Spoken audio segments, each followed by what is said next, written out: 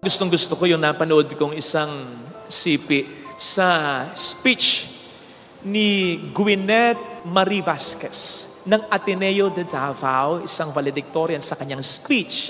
Na ikwento niya kasi na sa lahat ng mga nag-congratulate sa kanya, may isang nag-congratulate sa kanya na nahirapan siyang replyan talaga. Ito'y si Weweng, grade 12 student na nakilala niya sa isang liblib na lugar sa Davao. Nung siya'y mag-exposure ng 2 buwan, naging close siya sa batang yan. Ang sabi daw kasi sa kanya ay, sobrang nakaka-inspire ka ate. Sana balang araw, matulad din ako sa'yo. Pero kahit hindi na valedictorian, ang mahalaga, makapagtapos ako. Alam niyo yung reply niya kay Weweng? Ganito, nothing is impossible, Weng. Basta magsikap ka lang at mag-focus ka lang sa kung ano ang gusto mong makamtan. Nandito lang ako, magsusuporta sa iyo. Kung bakit nahirapan siyang mag-reply nung una at kung bakit kahit nakapag-reply na siya ay nahihirapan pa rin siya sa mga salitang binitawan niya. Bakit? Kasi ang sabi niya, Weng, magsikap lang. Ang sabi niya, Weng, mag-focus lang. Maabot mo yung pangarap mo. Alam ni Gwyneth, magsikap man ng magsikap si Weweng. Siyempre, pinagpe-pray niya, maabot ni Weweng ang pangarap niya. Pero alam ni Gwyneth, kumpara sa kanya, mas mahihirapan si Weweng talaga. Kasi siya, okay ang kanyang pamilya. May magandang kita ang mga magulang niya, natutustusan siya. Hindi niya pinoproblema yung matrikula niya. Nakatira siya sa isang maayos na dorm, okay yung mga gamit niya, Ateneo siya. At ang focus lang talaga niya ay mag-aral lang. Wala nang iba, focus talaga. Si Weweng, mahirap lang.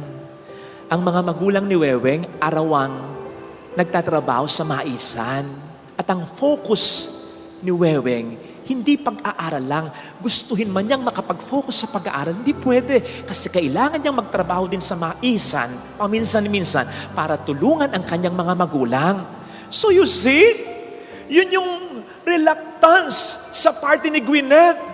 Pero ang maganda dito sa speech ni Gwyneth, na-appreciate niya in a very good manner kung gaano siya ka-blessed. Kasi yung kapalaran niya, at kapalaran ni Weweng, pwedeng nagkabaligtad eh. Pwedeng siya yung mahirap at ang mayaman si Weweng. Gayong siya yung nakakaangat-angat. Nagpapasalamat siya sa blessing. Pero, hindi nagtatapos doon. Kasi naistorbo siya. Gusto niyang tumulong sa mga tulad ni Weweng. Kasi naranasan niya at na-realize niya ang buhay ay hindi patas talaga. Totoo naman yan eh. Lagi nating sinasabi, we are all in the same boat. I don't think so. Palagay ko, we are all in the same storm. Lahat tayo binabagyo ng problema. Pero wag mong sabihin, magkakaparehas tayo ng sinasakayang bangka sa karagatan ng buhay habang tayo binabayo ng bagyo ng problema. Sabi ko nga minsan sa sermon ko, yung iba sa atin, ang bangka, cruise ship. Yung iba sa atin, ang bangka, speedboat. Yung iba sa atin, ang bangka, jet ski. Yung iba sa atin, ordinaryong bangka, pero may katig, matatag. Yung iba, may bangka, walang katig, hindi na matatag. Uuga-uga na. Yung iba sa atin, nakabalsa na lang. Yung iba sa atin, naka-styrofoam na lang. Lulutang-lutang na lang. Konti na lang. Lulubog na. Kaya wag nating sabihin, we are all in the same boat. Sabi ko nga kahapon, umuulan. Lahat tayo naapektuhan ng ulan. Pero magkakaiba tayo ng kalalagayan. Marami sa atin secured habang umuulan. Pero may mga kapwa tayong ginikinaw at nababasa dahil sa ulan. Gumamit pa tayo ng isang paglalarawan. Lahat tayo may pinagdaraanan na problema sa buhay. Ang sabi nga nila, huwag mong tambayan ng problema pagdaanan mo. Okay yun. Pero hindi lahat tayo pare-pareho ng paraan sa pagdaan sa problema. May mga dumadaan sa problema, nakasasakyan, 4 wheels pa, bulletproof pa, mayaman eh. Tapos kasama pa niya, ang support system niya, ang pamilya, kumpleto, barkada niya. Naku, kayo dali. na dumaan sa problema. Pero yung iba sa atin, naka-jeep, hindi aircon. Yung iba sa atin, naka-tricycle. Yung iba sa atin, naka-motor, nakakarag-karag. Yung iba sa atin, naka-bisikleta, na flat pa. Yung iba sa atin, dumaraan sa problema, naglalakad na lang, nakatapak pa. Yung iba sa atin, gumagapang na, malampasan lang yung problema habang siya'y nag-iisa. Kaya alam po ninyo, habang pinagninilayan ko ito, naisip ko, hindi yata laging totoo yung kasabihan para sa lahat ng tao, yung magsikap ka at maabot mo ang iyong pangarap. Lumaban ka lang ng lumaban at ikay magtatagumpay. Huwag ka lang susuko at ikay mananalo the way you want. Magiging mahirap, lalong-lalo na kung ang sitwasyon mo ay mahirap tulad ni Wewe. Mangyari man, pahirapan. Because life is not fair. Tingnan po ninyo yung sabi ni Weweng, kahit hindi na valedictorian, makapagtapos na lang. Kasi kahit gusto niyang maging valedictorian din naman, alam niya na siya'y mahihirapan. Unless siya'y tulungan. By the way, praise God, si Weweng ay Atenista na ngayon. Dahil sa speech ni Gwyneth, marami ang nagtulong-tulong. Nandun na siya sa Ateneo de Davao. Merong kumukup-kup sa kanyang pansamantala habang nag-aaral siya sapagkat malayo ang bahay nila. Tingnan nyo naman, kapapasok pa lang, ngiting tagumpay. Kahit hindi pa niya naabot ang kanyang mga pangarap sa buhay, bakit alam niya? Kumpara dati, ngayon, mas malaki na ang kanyang tsansa na maabot ang pangarap niya. Bakit? May mga tumutulong na sa kanya.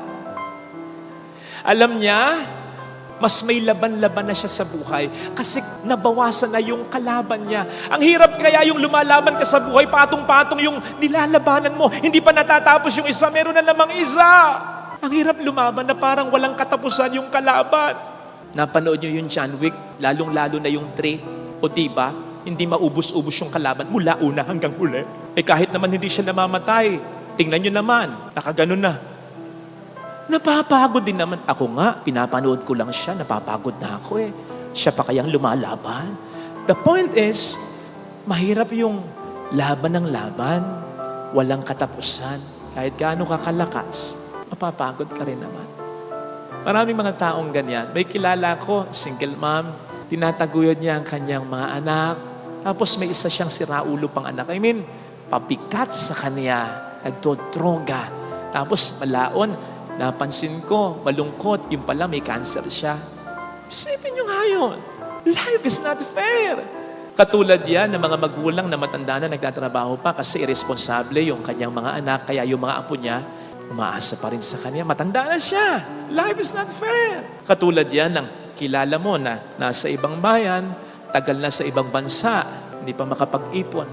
Dahil ang daming sinusuportahan, mga kapatid niyang may pamilya niya, sa kanya pa rin nakaasa. Kung mayroon tayong kilalang mga taong ganito, maawa naman tayo. Una, pahalagahan natin sila. Kung ikukumpara sa mga kasabayan nila, yung mga kaklase nila, ay nako! Yung mga walang kapatid na umaasa, ay nako! Yung mga walang ibang sinusuportahan, ay ang dami ng narating na mga lugar. Dami ng mga alahas, ang dami ng mga pera, at kita mo, abay, fresh na fresh ang itsura. Pero yung kakilala mo, yung nasa pamilya niyong inaasahan mo, kita mo, napag-iwanan na. Yun ba'y kasalanan niya? Hindi. Dahil mahirap lang yung sitwasyon niya, at dahil talagang nagsasakripisyo siya para sa inyong pamilya, alagaan mo yung mga taong ito. In fact, umiikli pa nga yung buhay nila dahil sa kanilang sakripisyo. Sasakyan man pag laging ginagamit, nalalaspag, umiikli ang buhay. Tao pa kaya na laging nagsasakripisyo para sa buhay? Kapatid, ikarangal mo yung mga taong ganyan at alagaan. Huwag nang bibigyan ng sakit ng ulo. Sabi ko nga, naka-styrofoam na lang yan, lulutang-lutang, gumagapang na lang yan. Baka kahit isang ipot na lang ng ibon, mabuwal na yan. Huwag mong bibigyan ng sama ng loob, ng sakripisyo. Yun palang malaking tulong mo na sa mga taong ito. Sabi ko nga, kung po pwede lang magka-ID yung mga taong yan upang sa lahat ng kanilang mga bibilin, may discount. Upang kapag may mahabang pila, mauna na sila para lang wag makadagdag pa sa mga laban ng buhay nila. Pero hindi natin alam kung sino sila. The best thing, Let us always